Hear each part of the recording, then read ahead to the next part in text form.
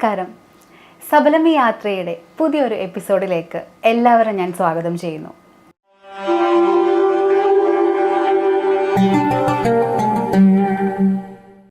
സ്വന്തം നാടും വീടുമൊക്കെ വിട്ട് വിദേശ രാജ്യത്ത് ജോലി ചെയ്യുന്ന ഒരുപാട് ആളുകളുണ്ട്. പ്രത്യേകിച്ച് നമ്മുടെ കേരളത്തിൽ നിന്ന് ഒരുപാട് ആളുകളാണ് ഗൾഫ് രാജ്യത്തേക്ക് ഒരു നല്ല ജോലിക്കായിട്ട് വരുന്നത്. അത്തരത്തിലുള്ള ഒരാളാണ് ഇന്ന് എന്നോടൊപ്പം അതിഥിയായിട്ടുള്ളത്. ഏതാണ്ട് 6 വർഷമായിട്ട് അബുദാബിയിൽ ബിസിനസ് നടത്തിക്കൊണ്ട് പോവുകയാണ്. തൈസി ട്രാൻസാക്ഷൻ സർവീസസിൻ്റെ ഓണറായിട്ടുള്ള മുജീബ് സാറാണ് ഇന്ന് എൻ്റെ അതിഥി. പക്ഷേ നമ്മളൊക്കെ ഈ മോട്ടിവേഷൻ ക്ലാസ്സിലും അല്ലാതെയൊക്കെ മനസ്സിലാക്കിയ ഒരു കാര്യമാണ്, സേഫ് സോൺ ഒരിക്കലും നമ്മൾ കട്ട് ചെയ്യാതിരുന്നാൽ നമുക്കൊന്നും നേടാൻ കഴിയില്ല എന്നുള്ളൊരു സത്യം മനസ്സിലാക്കിയ അടിസ്ഥാനത്തിൽ കറക്റ്റ് സേഫ് സോൺ ആസ്വദിച്ചു കൊണ്ടിരിക്കുന്ന സമയത്താണ് ഞാൻ കട്ട് ചെയ്തത്. സ്വാഭാവികമായിട്ടും എൻ്റെ അനുഭവം വെച്ച് പറയുകയാണെങ്കിൽ എയർപോർട്ടിൽ കുടുങ്ങി രാത്രി 12 മണിക്ക് ഞങ്ങളെ കോൺടാക്ട് ചെയ്തിട്ടുണ്ട്. എനിക്ക് ഇങ്ങോട്ട് വരാൻ ടിക്കറ്റിൻ്റെ പൈസ തന്നത് വൈഫിൻ്റെ വള വിറ്റിട്ടാണ്. ഞാൻ ഈ അടുത്ത് ഫേസ്ബുക്ക് പോസ്റ്റിൽ അത് പറഞ്ഞിരുന്നു. നീ തന്ന വളയേക്കാൾ വലുതായിരുന്നു നിന്റെ സപ്പോർട്ട് എന്നുള്ളൊരു പോയിന്റ് ഞാൻ പറഞ്ഞു. സാറിനെ ഈ ഒരു പ്രോഗ്രാമിലേക്ക് ഞാൻ സ്വാഗതം ചെയ്യുന്നു. നമസ്കാരം സാർ. നമസ്കാരം. ഏതാണ്ട് 6 വർഷമായിട്ട് അബുദാബിയിൽ തൈസി ട്രാൻസാക്ഷൻ സർവീസസ് ബിസിനസ് നടത്തിക്കൊണ്ട് പോവുകയാണ്. അതെ സാറ് നാട്ടിൽ എവിടെയാണ്? നാട്ടിൽ മലപ്പുറം ജില്ലയിലാണ്. വെളിമുക്ക് എന്നാണ് നാടിൻ്റെ പേര്. നമുക്ക് അറബിക് ലാംഗ്വേജിലും നല്ല താല്പര്യമുള്ള ഒരാളാണ് സാറ് പണ്ട് മുതൽ. അപ്പോൾ ആ ഫീൽഡിലേക്ക് നമ്മൾ ഭാവിയിൽ പ്ലാൻ ചെയ്യുന്ന സമയത്ത് നമ്മൾ പ്ലാൻ ചെയ്തിരുന്നു അറബി റിലേറ്റഡ് ആയിട്ടുള്ള എന്തെങ്കിലുമൊക്കെ ഒരു ജോലിയാണ് വലുതാകുന്ന സമയത്ത് ചെയ്യേണ്ടതെന്നുള്ളത്. അങ്ങനെ നമ്മൾ ഈ ഒരു ഫീൽഡിലേക്ക് ചിന്ത വരുന്നത്. അതിൽ ഇപ്പം സാറിന് തുടക്കത്തിൽ ഈ അറബിക് അത് ഭയങ്കര ബുദ്ധിമുട്ടായിട്ട് തോന്നിയിട്ടുണ്ടായിരുന്നു? ഇല്ല, തോന്നിയിട്ടില്ല. കാരണം നമ്മൾ ചെറുപ്പകാലത്ത് പഠിക്കുന്ന ലാംഗ്വേജാണ് അറബിക്. ഇംഗ്ലീഷ് പഠിക്കുന്നതിന് മുന്നേ ഞങ്ങൾ അറബിക് പഠിക്കുന്നുണ്ട്. സാറിൻ്റെ വീട്ടിൽ ആരൊക്കെയുണ്ട്? വൈഫുണ്ട്, കുട്ടികളുണ്ട്, 4 ആളുകളുണ്ട്. മക്കളൊക്കെ പഠിക്കുകയാണ്, ചെറിയ കുട്ടികളാണ്. വലിയ മോന് 9ാം ക്ലാസ്സിലാണ്. 9ാം ക്ലാസ്സിൽ. ഇപ്പം നാട്ടിലാണോ എല്ലാവരും? എല്ലാവരും നാട്ടിലാണ്. ഇവിടെ സെറ്റിലായിരുന്നു. പക്ഷേ കുട്ടികൾക്ക് കൂടുതൽ സ്വാതന്ത്ര്യം ഇവിടത്തേക്കാൾ സ്വാഭാവികമായിട്ടും നമ്മുടെ നാട്ടിലാണ് കിട്ടുക എന്നുള്ളൊരു സത്യം മനസ്സിലാക്കിയിട്ട് പോലെ നാട്ടിലേക്ക് പറഞ്ഞയച്ചതാണ്. തുടക്കത്തിൽ എങ്ങനെയായിരുന്നു ശരിക്കും ഈ ഒരു ബിസിനസ്? ഇവിടെ ഞാൻ ഇതിൻ്റെ ഓണറല്ല, പാർട്ണറാണ്. മീൻസ് എന്നെപ്പോലെ ഇതിൽ നിങ്ങൾ ഇവിടെ പറയേണ്ട 3 ആളുകളും കൂടി ഉണ്ട് ഇതിൻ്റെ കൂട്ടത്തിൽ. ഓക്കെ. അപ്പോൾ ഞങ്ങൾ എല്ലാവരും കൂടി ഒരുമിച്ചാണ് ഇത് കൊണ്ട് നടത്തുന്നത്. ഒരുമിച്ചാണ്. പക്ഷെ ഇതിന് പ്രത്യേകത ഉണ്ട്. നിങ്ങൾ എവിടെ കാണുന്ന സ്ഥാപനങ്ങളും അതിൽ കമ്പനിയോട് ഉത്തരവാദിത്തപ്പെട്ട ഒരു പാർട്ണറും ബാക്കിയുള്ളൊക്കെ എംപ്ലോയീസ് ആയിരിക്കും. ഞങ്ങളുടെ സ്ഥാപനത്തിലുള്ള എല്ലാം അതിൻ്റെ പാർട്ട്നേഴ്സാണ്.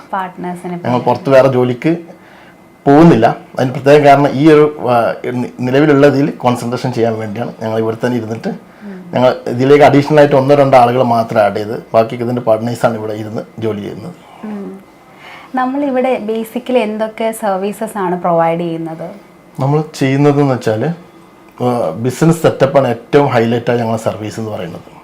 നമുക്കൊക്കെ ഒരു മനസ്സിൻ്റെ ഉള്ളിൽ ആശയം ഉണ്ടാവും, എത്ര ജോലി ചെയ്താലും നമ്മൾ മറ്റൊരു ആൾക്ക് വേണ്ടിയാണ് ചെയ്യുന്നത്.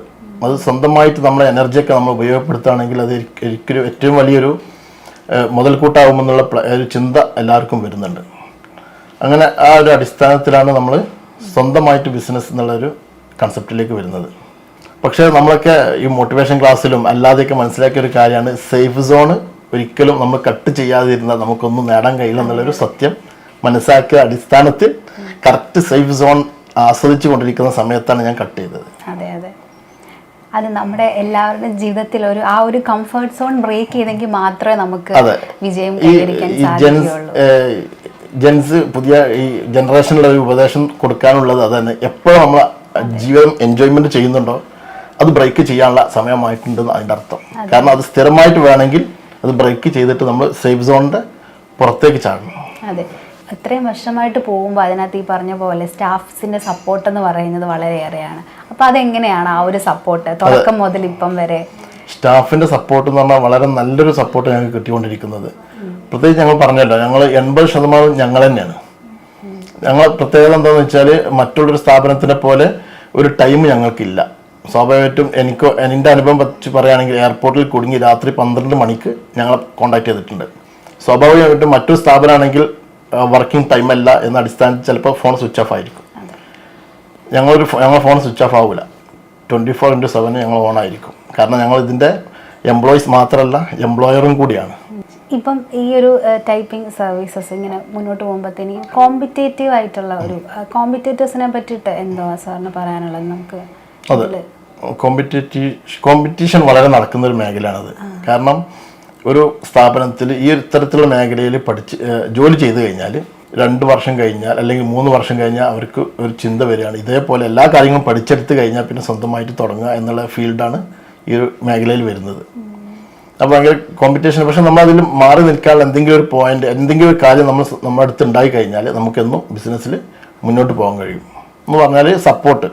കസ്റ്റമേഴ്സിന് എപ്പോഴും വേണ്ടത് അവർ ചോദിച്ചത് ഏറ്റവും നല്ല ചോദ്യമാണ് എന്നുള്ള ലെവലിൽ നമ്മളതിന് റിപ്ലൈ കൊടുത്തു കഴിഞ്ഞാൽ നമ്മളെ കസ്റ്റമർ റിലേഷൻ എന്നുള്ളത് ഒന്നുകൂടി ശക്തിപ്പെടുത്തും. അങ്ങനെ നമ്മൾ 24 hours അവരെ കെയർ ചെയ്യുകയാണെങ്കിൽ. ശരിക്കും ഈ ഒരു മേഖല തന്നെ ആ ഒരു ഇത് മാത്രമേ ഉണ്ടായിരുന്നുള്ളൂ? അത് വേറെ എന്തെങ്കിലും ചിന്തിച്ചിട്ടുണ്ടായിരുന്നോ? വേറെ തരത്തിലുള്ള എന്തെങ്കിലും ജോലി അല്ലെങ്കിൽ ബിസിനസ് അങ്ങനെ ചിന്തിച്ചിട്ടുണ്ടായിരുന്നോ? ചിന്തിച്ചിട്ടുണ്ടായിരുന്നു. ഞാനൊരു കമ്പനിയിൽ, ഇത് സ്വന്തമായിട്ടല്ലാതെ ഒരു കമ്പനിയിൽ ജോലി ചെയ്യാൻ വേണ്ടി പോയിരുന്നു. പക്ഷെ എനിക്ക് അതൊന്നും സാറ്റിസ്ഫൈഡ് ആയിട്ടില്ല. കാരണം എനിക്ക് എപ്പോഴും കസ്റ്റമർ റിലേറ്റഡ് അല്ലെങ്കിൽ അവരെ സാറ്റിസ്ഫൈഡ് ചെയ്യുക എന്നുള്ളതൊരു എൻ്റെ ഉള്ളിലൊരു ആംബിഷനാണത്. അപ്പോൾ അത് കിട്ടാതെ നമ്മളൊരു വെറും ഡെസ്കിൽ ഇരുന്ന് വർക്ക് ചെയ്ത് പോകുക എന്നുള്ളൊരു ജോലിനോട് എനിക്ക് പേഴ്സണലായിട്ട് താല്പര്യം ഇല്ലാത്തതിന് പേരിൽ ഞാൻ കമ്പനിയിൽ നിന്ന് രാജിവെച്ച് പോയതാണ്. 8 വർഷം മുന്നേ ഏകദേശം UAE ദിർഹംസിൽ ഒരു വലിയൊരു സംഖ്യ സാലറി ഉണ്ടായിട്ട് ഞാനത് വേണ്ടാന്ന് വെച്ചിട്ട്, എനിക്കുള്ള ഒരേ ഒരു പ്രശ്നം കസ്റ്റമറോടുള്ള ഒരു കമ്മ്യൂണിക്കേഷൻ ഒരു അവസരം ഇല്ല എന്നുള്ളതാണ്. സാറിൻ്റെ ലൈഫിൽ സാറിനെ ഏറ്റവും കൂടുതൽ എന്താ പറയുക സ്വാധീനിച്ചിട്ടുള്ള ഒരു വ്യക്തികൾ ചോദിക്കുകയാണെന്നുണ്ടെങ്കിൽ സാർ ആരുടെ പേരായിരിക്കും പറയുന്നത്? ഇതൊരു ഫീലിംഗ് വരുന്നൊരു ചോദ്യമാണ്. ഞാൻ എൻ്റെ ഉമ്മയാണ് പറയാം. കാരണം ഉമ്മ മരിച്ചതിന് ശേഷമാണ് ഞാൻ ഇതൊക്കെ അറിയണത്. എന്ന് വെച്ചാൽ ഉമ്മ എൻ്റെ നെയ്ബേഴ്സിലൊക്കെ ഇടയ്ക്ക് കാര്യങ്ങളൊക്കെ സ്വാഭാവികമായിട്ടും എല്ലാ കുടുംബത്തിലുള്ള പോലെ സംസാരിക്കാൻ പോകുന്ന സമയത്ത് ഉമ്മ പറഞ്ഞിരുന്നു, എനിക്ക് എൻ്റെ ഈ ചെറിയ മോൻ്റെ വിഷയത്തിലാണ്, ഞാൻ എൻ്റെ ഏറ്റവും ചെറിയ മോൻ, ഇളയ മോൻ ഞാനാണ്, അവൻ്റെ വിഷയത്തിലാണ് എനിക്ക് ഒരു ടെൻഷൻ ഉള്ളത്. കാരണം ബാക്കിയുള്ള ആളുകളൊക്കെ അവരവർക്ക് വീടായിട്ടുണ്ട്. അങ്ങനെ മനസ്സിൻ്റെ ഉള്ളിൽ എപ്പോഴും പ്രാർത്ഥന കൊണ്ടുവരുന്ന ഒരു ഉമ്മാൻ്റെ ഒരു മകനാണ് ഞാൻ. അതേപോലെ തന്നെ ഉപ്പ കേട്ടോ, ഉപ്പനെ നമ്മൾ വേറെ പറയണ ഉപ്പയും ഉമ്മയൊക്കെ ഒരേ ഒരു സ്ഥാനത്തിനുള്ളത്.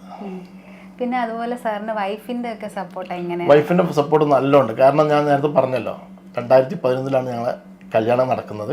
2013 ഇങ്ങോട്ട് കയറി വരുന്നത്. എല്ലാവരും കല്യാണം കഴിഞ്ഞ് ഹണിമൂൺ യാത്രയും മറ്റൊക്കെ പ്ലാൻ ചെയ്യുന്ന സമയമായിരിക്കും ആദ്യത്തെ 2-3 വർഷങ്ങൾ.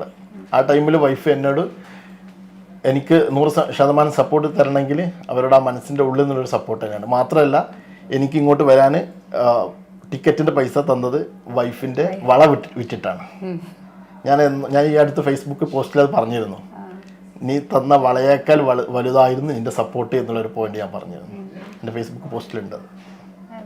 അപ്പോൾ വൈഫിൻ്റെ സപ്പോർട്ടും നല്ല വിഷയത്തിലുണ്ട്. മാത്രമല്ല 4 കുട്ടികളെയും വൈഫ് നോക്കുന്നതുകൊണ്ടാണ് എനിക്ക് ഇത്ര ഫ്രീ ആയിട്ട് ഇവിടെ കാര്യങ്ങൾ ചെയ്യാൻ പറ്റുന്നത്. സാറിന് ഇവിടെ ഒറ്റയ്ക്ക് ഇത്രയും ചെയ്യാൻ പറ്റുന്നുണ്ടെങ്കിൽ ബാക്കിൽ ആ ഫാമിലിയുടെ ഉള്ള സപ്പോർട്ട് ഏറെയാണ്. അതെ അതെ, അത് ശരിക്കും വിജയിക്കുന്ന എല്ലാ ബിസിനസ് ഓണേഴ്സിനും പുറകിൽ ഇതുപോലെ ഉമ്മയുടെ അല്ലെങ്കിൽ വൈഫിൻ്റെ പാർട്ട്നേഴ്സ് ആയിട്ടുള്ള അവരുടെ എല്ലാവരുടെയും ഒരു സപ്പോർട്ട് ഉണ്ട് ശരിക്കും പറഞ്ഞാൽ. അതെ, സാറിന് നമുക്ക് ഇവിടെ മാത്രമേ ഉള്ളൂ അത് വേറെ ബ്രാഞ്ച് ഉണ്ട്? ഇത് ഷാബിയ 10 ആണ്. ഇതിന് തൊട്ടപ്പുറത്ത് ഷാബിയ 9 നമ്മുടെ ബ്രാഞ്ച് ഉണ്ട്. ഓക്കെ, അപ്പം സാറിന് ഇനിയിപ്പം വേറെ എന്തെങ്കിലും ബിസിനസ് പ്ലാൻസ് ഒക്കെ ഉണ്ടോ? അതെ, എന്നോട് എൻ്റെ കൊളീഗ്സും അതുപോലെ എൻ്റെ കസ്റ്റമേഴ്സൊക്കെ പറയുന്നത്, നിങ്ങൾ പോലെ ടീം ഇവിടെ ഇരുന്ന് വർക്ക് ചെയ്യേണ്ട ആളുകളല്ല. ഇപ്പോഴും ഞാൻ വർക്ക് ചെയ്യാം, രാവിലെ ടൈമിൽ വരും പോകും. ഇതിനൊക്കെ ആളെ ഏൽപ്പിച്ചിട്ട് നിങ്ങൾ കുറച്ചും കൂടി വൈഡായിട്ട് മേഖലയിലേക്ക് ചെയ്യണമെന്ന് പറയുന്നുണ്ട്. എനിക്കും എൻ്റെ ഒരു പ്ലാനിങ് ഉണ്ട്. നോക്കാം, ഭാവിയിൽ ഫ്യൂച്ചറിൽ നോക്കാം. അതെ, ഉറപ്പായിട്ടും നടക്കട്ടെ. അത് സാറിൻ്റെ നാട്ടിൽ സാറിന് എന്തെങ്കിലും ബിസിനസ് ഉണ്ടായിരുന്നോ? ഫാമിലി നാട്ടിൽ ഇനിയും തുടങ്ങണമെന്നുണ്ട്. കാരണം നമുക്ക് എന്നും ഇതുപോലെ വിദേശത്ത് നിൽക്കാൻ പറ്റിക്കോളൊന്നുമില്ലല്ലോ. അങ്ങനെ പ്ലാനിങ് ഉണ്ട്. ഇപ്പം നമ്മൾ വന്നിട്ട് 15 വർഷമായിട്ടുണ്ട് ഏകദേശം. അപ്പോൾ ഇനിയും ഇതുപോലെ ഫാമിലിയെ വിട്ടു നിൽക്കാന്ന് പറഞ്ഞാൽ പിന്നെ നമുക്ക് ഏത് സമയത്ത് അവരെ കൂടെ നിൽക്കാണ്ടാവുക. അപ്പോൾ എന്തെങ്കിലുമൊക്കെ നാട്ടിൽ കണ്ടിട്ട് ഇവിടെ ഇനി നടത്താനുള്ള അടുത്ത ജനറേഷന് സമയം നമ്മൾ മാറി കൊടുക്കണമല്ലോ. അവർ നടത്തട്ടെ എന്നുള്ള പ്ലാനുകളുണ്ട് ഭാവിയിൽ. അതെ, അപ്പം എന്താ പറയുക, വളരെ നന്നായിട്ട് തന്നെ സാറുടെ ബിസിനസ്സും എല്ലാം മുന്നോട്ട് പോകട്ടെ. ഇനിയും ഈ പറയുന്ന പോലെ കുറേ ഫ്യൂച്ചർ പ്ലാൻസ് ഉണ്ടല്ലോ, അപ്പം അതെല്ലാം നടക്കട്ടെ നല്ല രീതിയിൽ. ഒരുപാട് സന്തോഷമുണ്ട് സാർ, ഇത്രയും ഒരു വിലപ്പെട്ട സമയം നമുക്ക് വേണ്ടിയിട്ട് തന്നതിൽ ഒത്തിരി സന്തോഷമുണ്ട്. ഇനിയും നല്ല രീതിയിൽ ബിസിനസ്സൊക്കെ മുന്നോട്ട് പോകാൻ പറ്റട്ടെ. Thank you sir. കഠിനാധ്വാനം ചെയ്യാനുള്ളൊരു മനസ്സും കൃത്യമായിട്ടുള്ള ലക്ഷ്യവും ഉണ്ടെങ്കിൽ നമുക്ക് ജീവിതത്തിൽ വിജയം കൈവരിക്കാൻ സാധിക്കും. അത്തരത്തിലുള്ള ഒരാളായിരുന്നു ഇന്ന് എന്നോടൊപ്പം അതിഥിയായിട്ടുണ്ടായിരുന്നത്. തൈസി ട്രാൻസാക്ഷൻ സർവീസസ് നടത്തിക്കൊണ്ട് പോകുന്ന മുജീബ് സാറായിരുന്നു. ഒരുപാട് കാര്യങ്ങൾ നമ്മൾ ചർച്ച ചെയ്തു. ഇനിയും സാറിന് ഫ്യൂച്ചറിൽ സാറിൻ്റെ ബിസിനസ് നല്ല രീതിയിൽ മുന്നോട്ട് കൊണ്ടുപോകാനായിട്ട് സാധിക്കട്ടെ. ഇന്നത്തെ ഈ ഒരു എപ്പിസോഡ് വൈൻഡപ്പ് ചെയ്യാനുള്ള സമയമായി. നന്ദി, നമസ്കാരം.